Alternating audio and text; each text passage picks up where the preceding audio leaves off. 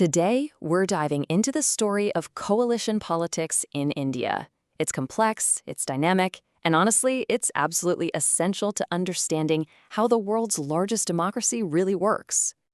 I mean, just think about that question for a second. In a country as incredibly diverse as India, with so many cultures, languages, and beliefs, how do you even begin to form a government that represents everyone?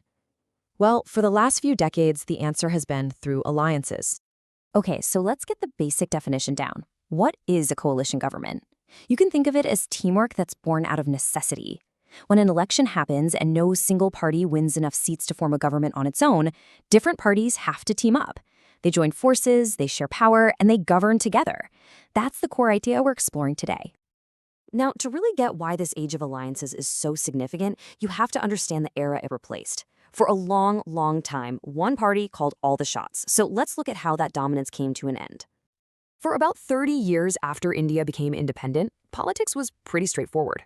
It was all about what experts call the Congress system. The Indian National Congress Party was just this massive political force. They consistently won huge majorities, and they formed stable governments all by themselves. For an entire generation, that was just how things were.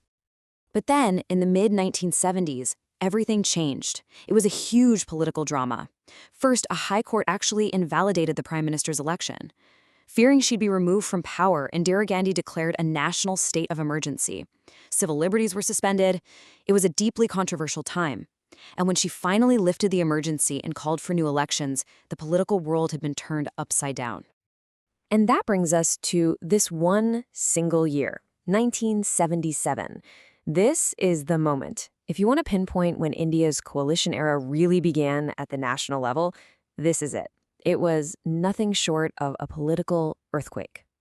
So in that 1977 election, something happened that many thought was impossible. The Janata Party, which was really just a patchwork quilt of different opposition groups who didn't agree on much, managed to defeat the Congress Party. They formed the very first non-Congress government in India's history. Sure, it was messy and fragile, but it completely changed the game and laid the groundwork for decades of coalition politics to come.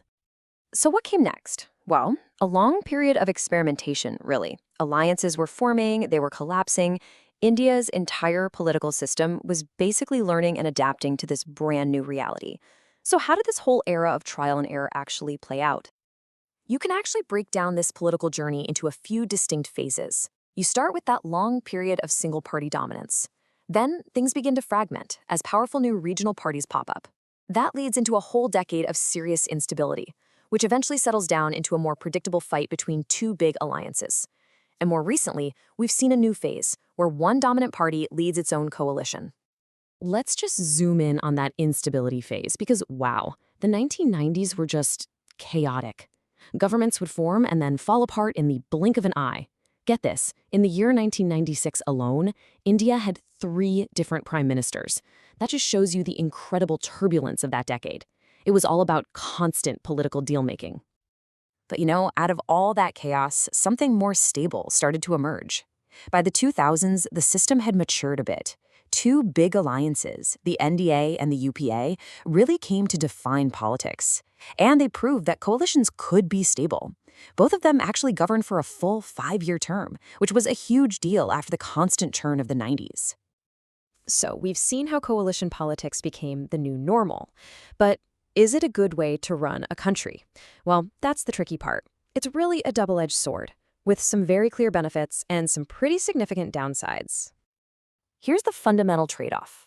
On the one hand, coalitions are way more representative. They give a voice to all sorts of different regional groups, and they force politicians to build consensus.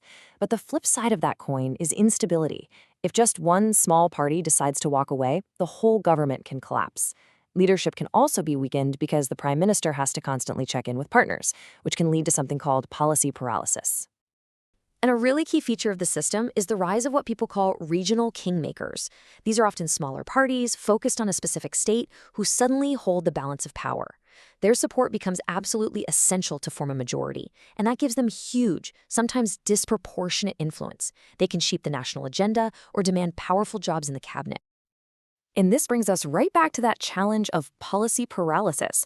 Because you're constantly negotiating with so many different partners, policies can get watered down. It becomes hard to push through big, long-term reforms. In other words, while it's great that everyone gets a seat at the table, it can be incredibly difficult to agree on what to order for dinner. All right, so that brings us to today, and the really big question about what comes next. After all these decades of alliances being the norm, is the tide starting to turn again? Since 2014, we've seen a really fascinating development. For the first time in decades, a single party, the BJP, has won a clear majority of seats, all by itself. But, and this is the interesting part, it still governs as the leader of its coalition, the NDA. This suggests we might be in a new phase, a dominant party system that still operates within that familiar coalition framework. Now, given all the challenges with stability, there's always a big debate going on about how to improve the system. People talk about things like having clearer rules for alliances made before an election, so voters know what they're getting. There are also calls for stronger laws to stop politicians from jumping from one party to another, which can bring down governments. Some even say it's time to explore totally new electoral systems. And really, that leaves us with this final thought. Coalition politics, at its core, forces compromise. So the central question for India, and maybe for any really diverse democracy, is whether that constant need to negotiate is a bug or a feature. Is it a weakness that slows everything down, or is it the very thing, the greatest strength, that holds a complex nation together?